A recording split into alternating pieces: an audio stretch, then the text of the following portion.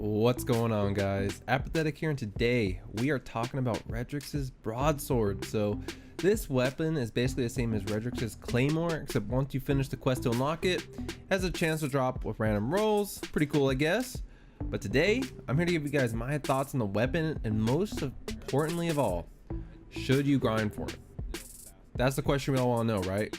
So starting with this, how you get this weapon, you will retrieve the quest from Shaxx, and from there the grind begins. And needless to say, it's a pretty long quest line. It's nothing that's hard. It's not a hard quest line. It's not like you're trying to get Not Forgotten, but it is very time consuming and will take some dedication. One recommendation I could make is to grind quick play even harder whenever we have double or triple valor, because one of the quest steps in this is to reset your valor rank 5 times in a single season, and that will allow you to burn through the step pretty quickly when it's double and triple valor. Now, getting into my thoughts on this weapon, is it worth doing this long tedious quest line? Honestly, it depends on the type of player you are. If you're the type of player that loves to collect everything in the game, then obviously you're going to want to get this thing for the sake of completion. Now, if you're the type of player like me, who is always looking to perform their best in the Crucible and get whatever edge you can to win, then this weapon is, it's gonna be pretty to you, you know? Now let me explain. Redrix's, when Desperado is procced, is a beast. It absolutely melts your opponents, and that's not my issue with this weapon. It's everything about the weapon when Desperado isn't activated that drives me crazy about it. This weapon without Desperado procced struggles against your Bygones and Go Figures of the world.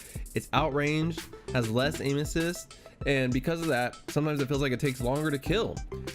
I felt I had to play so passive whenever Desperado wasn't procced because I knew I was outclassed by weapons like the Go Figure.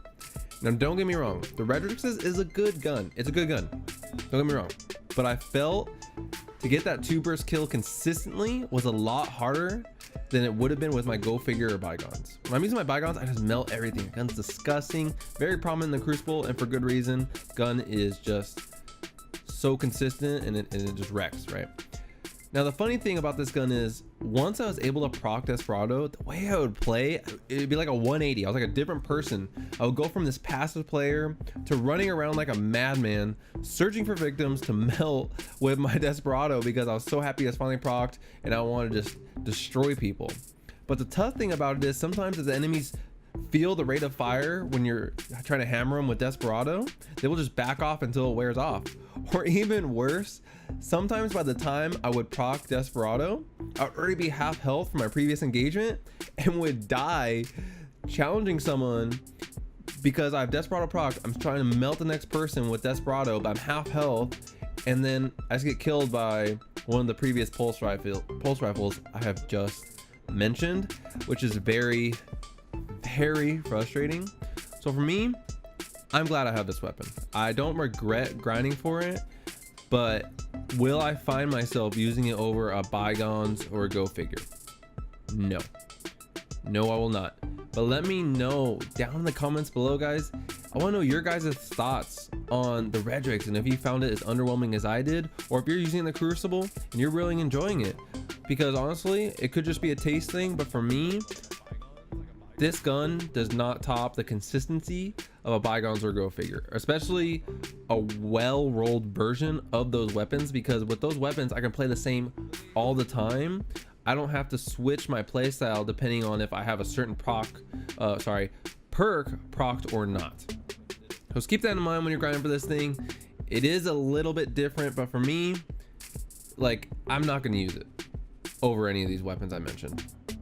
So again, thanks for watching, guys. Make sure you like and subscribe if you enjoyed, and I'll catch you guys in the next one.